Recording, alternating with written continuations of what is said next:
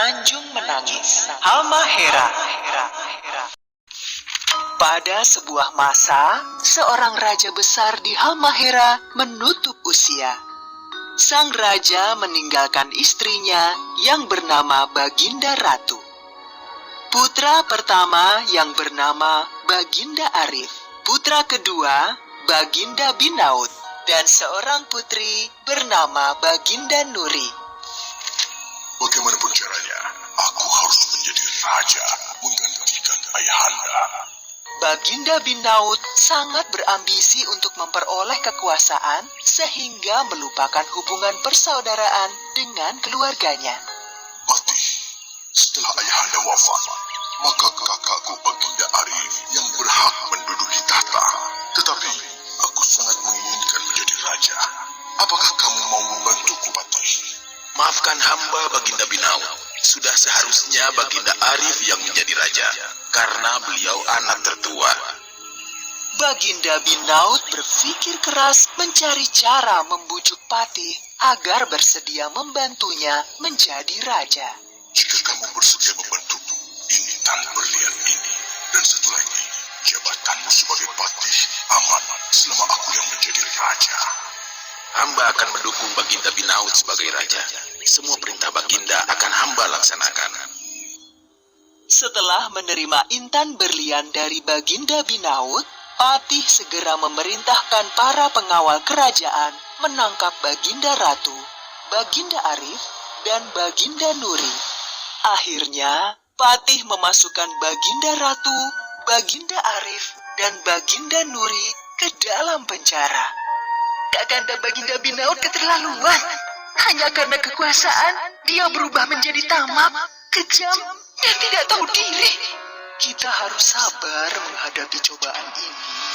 Yang benar akan mendapatkan keadilan, dan yang salah pasti kelak akan mendapatkan hukuman. Setelah menjebloskan ibu dan saudaranya ke dalam penjara, Baginda Binaut pun akhirnya berhasil menjadi raja. Setelah menjadi raja, Baginda Binaut memerintah dengan kejam dan angkuh. Baginda Binaut juga memerintahkan rakyatnya untuk membangun istana yang megah. Para prajurit diperintahkan mengawasi dengan ketat rakyat yang bekerja. Untuk membiayai kehidupannya yang mewah, Baginda Binaut tak segan untuk menarik pajak dalam jumlah besar dari rakyat. Hasil panen pun diangkut ke istana dan hanya menyisakan sedikit untuk rakyat. Tidak hanya hasil bumi, rakyat juga diwajibkan menyerahkan sebagian ternaknya sebagai pajak. Baginda Binaut masih merasa kurang dari pajak hasil bumi dan ternak. Dia kemudian memerintahkan menarik pajak dari kepemilikan tanah. Raja Binaut benar-benar penindas rakyat. Dia tidak mau tahu dengan kesulitan rakyat. Harta kita diangkut ke istana demi membiayai kehidupannya yang mewah. Tapi apa yang bisa kita lakukan? Kalau kita melawan perintah raja, pasti masuk penjara. Tidak semua orang di istana setuju dengan tindakan Baginda Binaut. Salah satunya adalah Bijak, seorang punggawa istana. Keadaan ini tidak boleh dibiarkan terus-menerus. Rakyat telah menjadi korban ketamakan raja. Aku harus berbuat sesuatu. Akhirnya, Bijak memutuskan keluar dari istana untuk melakukan pemberontakan. Bijak dan prajurit pendukungnya menyerang penjara tempat keluarga kerajaan ditahan.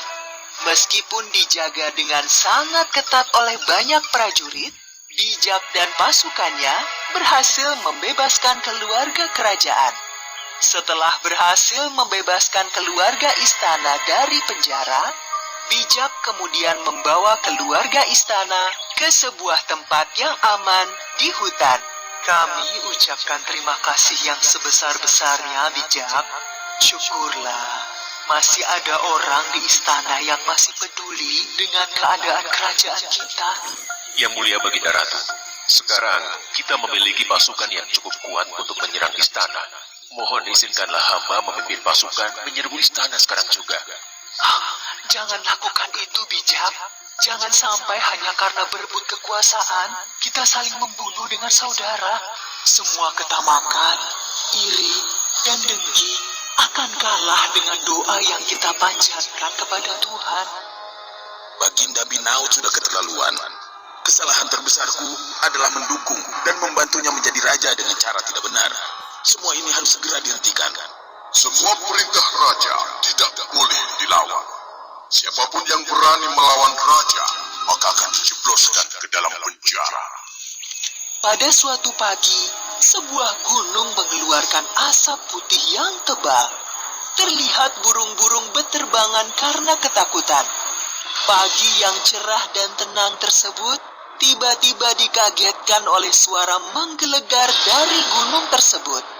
Lahar panas berwarna merah menyala keluar dari puncak gunung dan menuju ke arah istana. Istana megah yang baru dibangun dari hasil menindas rakyat tersebut hancur seketika diterjang lahar panas. Lahar tersebut ternyata tidak hanya menghancurkan istana. Lahar tersebut seperti mengejar seseorang. Tolong! Tolong! Baginda Binaut lari sekencang-kencangnya, tetapi lahar tersebut sepertinya semakin mendekat. Apa yang akan terjadi? Baginda Binaut masih berusaha menyelamatkan diri. Dia lari sekencang-kencangnya menuju laut. Tidak ada jalan lagi bagi Baginda Binaut. Di depannya terdapat tebing yang curam, sedangkan di belakangnya lahar nan panas siap membakarnya. Aduh! Tolong! Panas! Panas!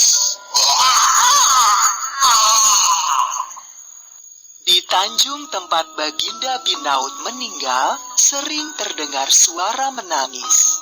Oleh karena itu, tempat tersebut akhirnya dikenal dengan nama Tanjung Menangis.